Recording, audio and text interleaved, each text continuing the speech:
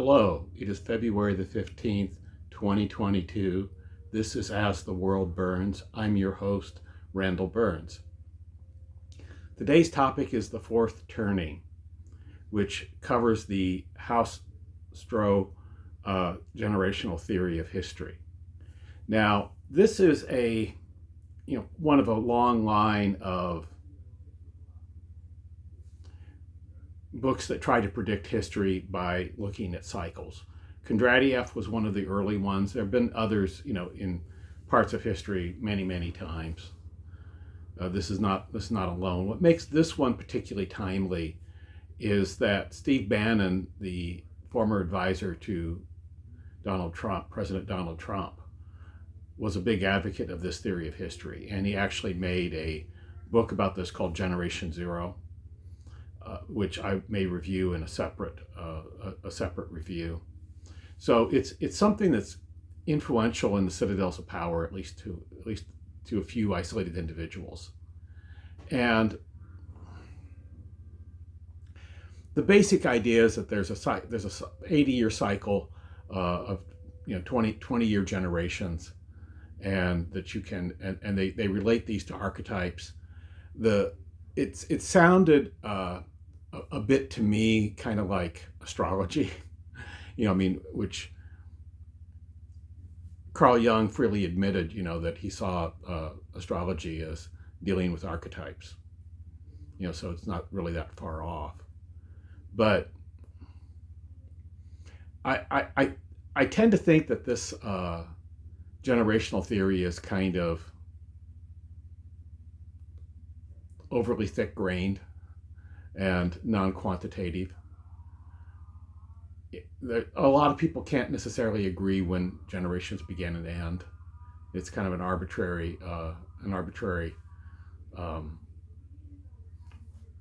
demarcation. I am, according to their demarcation, I'm in the boomer generation.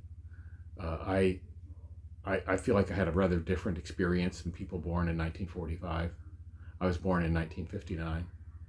There's a lot of differences in there, and it's not clear to me. A lot of their predictions are kind of fuzzy, kind of like astrology. They're not based on a quantitative analysis. Okay. Now, I'm not going to say that there isn't anything there, right? They also left out moderating influences on the cycles. They admit that they're not exact, but they didn't really, didn't think they went into quantitative factors that would moderate them. I don't remember them going much into that.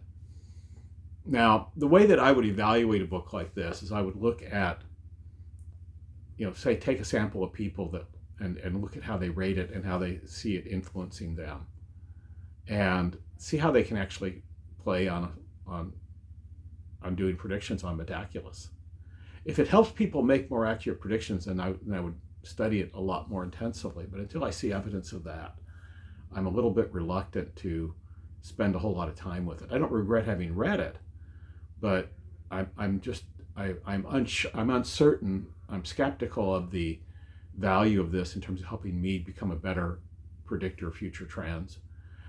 Now, at the same time, I think there may be something there that's worth someone investigating. I don't think I'm going to be the person doing it, but I think it might be worthwhile for someone with more of a quantitative bent to, take a look at these kinds of cycles and see what they can glean out of the data.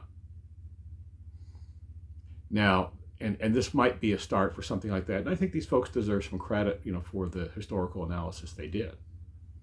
They did put a lot of work into it, okay? But I don't think that it's necessarily something that's going to make you a better, trader in the financial markets, a better trader in a better predictor on metaculus. It might. I'm open to the idea that it really might work, but I'm skeptical until I see data to that, right? I don't regret having listened to the book. I listened to the audio version of the book, which is the way I do a lot of it because I have significant caregiving responsibilities and I can do it while I'm doing that. But until we see, I'm still sort of sticking with the tried and true data-driven approach for now. I'm open to the idea that there's something really there. I think it could also be a self-fulfilling prophecy when you have folks like Bannon in decision-making positions.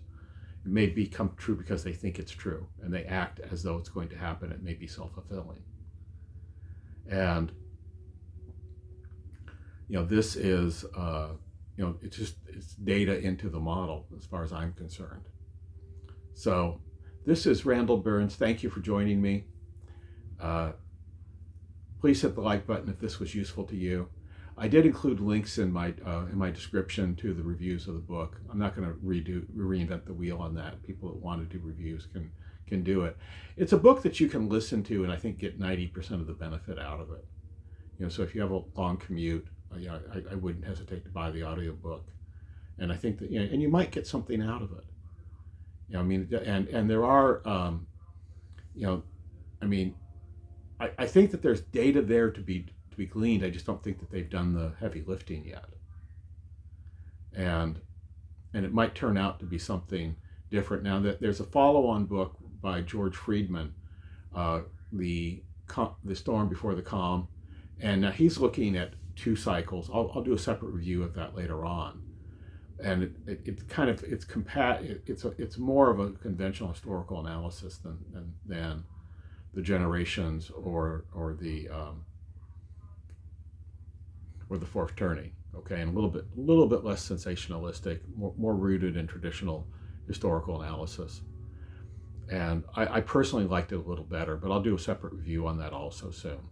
And I'm planning basically to do a series of short reviews on books related to forecasting and speculation about the future. That's part of the thrust of this channel, that I want to have things on that as much as I can. And we'll do more about that in the future. And I'm going to get back to doing some of my more traditional quantitative analysis of stocks and my news-related broadcasts a little bit later on. I just haven't had the time to do that recently, so I've been doing these others. But we will get back to that. Thank you very much for joining me. Do hit the like button. Please subscribe. And suggestions for new episodes are welcome. This was, by the way, a viewer recommended episode. They requested that I cover this, and I did. So I am viewer driven here, and I look forward to hearing more comments from you folks later on. You take care. Randall Burns signing off.